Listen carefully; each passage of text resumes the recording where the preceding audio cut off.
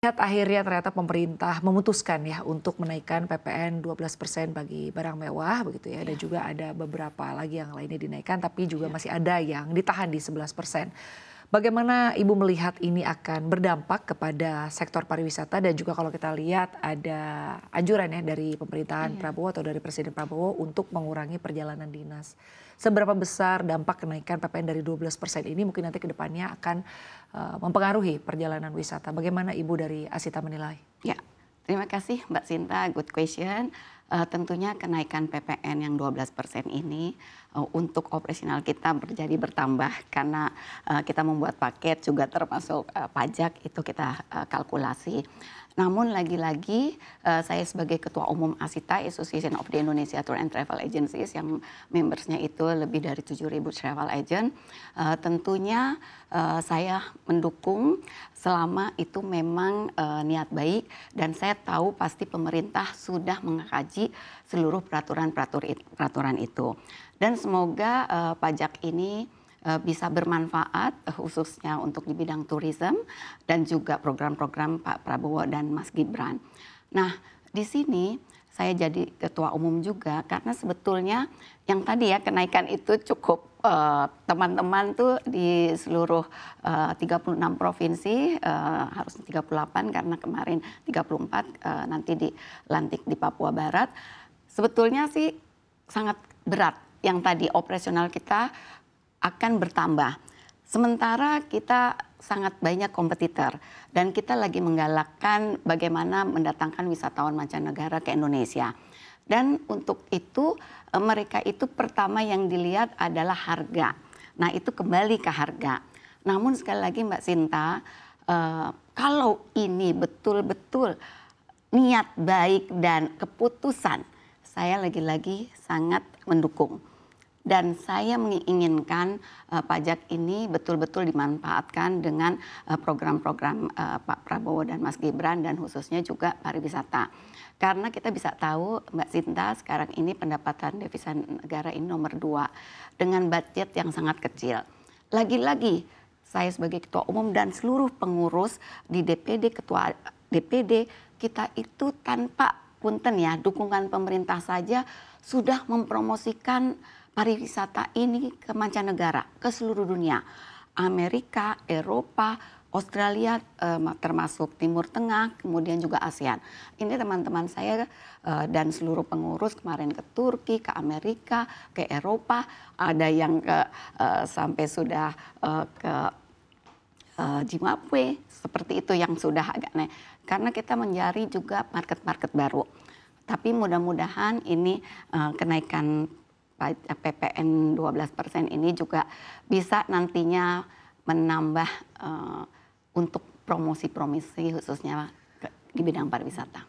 Baik Bu, lalu terkait dengan kenaikan PPN 12% ini, kan ada paket-paket domestik dan juga ada internasional ya Bu. Yes. Seberapa besar ini akan berdampak kepada paket-paket domestik dan juga jika dibandingkan dengan mungkin harga tiket internasional ya Bu ya, seperti apa? Siap, terima kasih Mbak Sinta. Ini juga karena dari tiket untuk pesawat, kemudian paket-paket, itu kan dari mulai awal tuh kita menghitung dari pesawat terbang, kemudian hotel, kemudian land arrangement, kemudian yang lain-lain termasuk tax.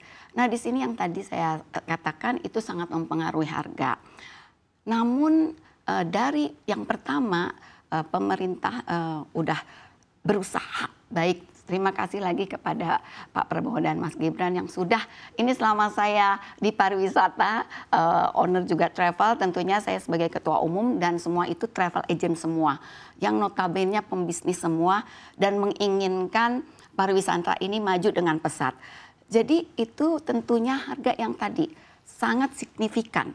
Karena kita berkompetitor dengan negara kita, nggak usah jauh-jauh Malaysia dan Bangkok.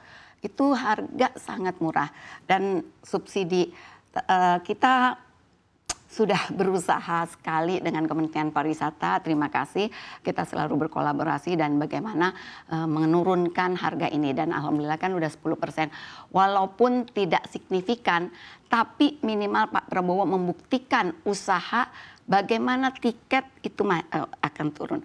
Dan saya juga tahu persis Pak Prabowo itu sangat tegas.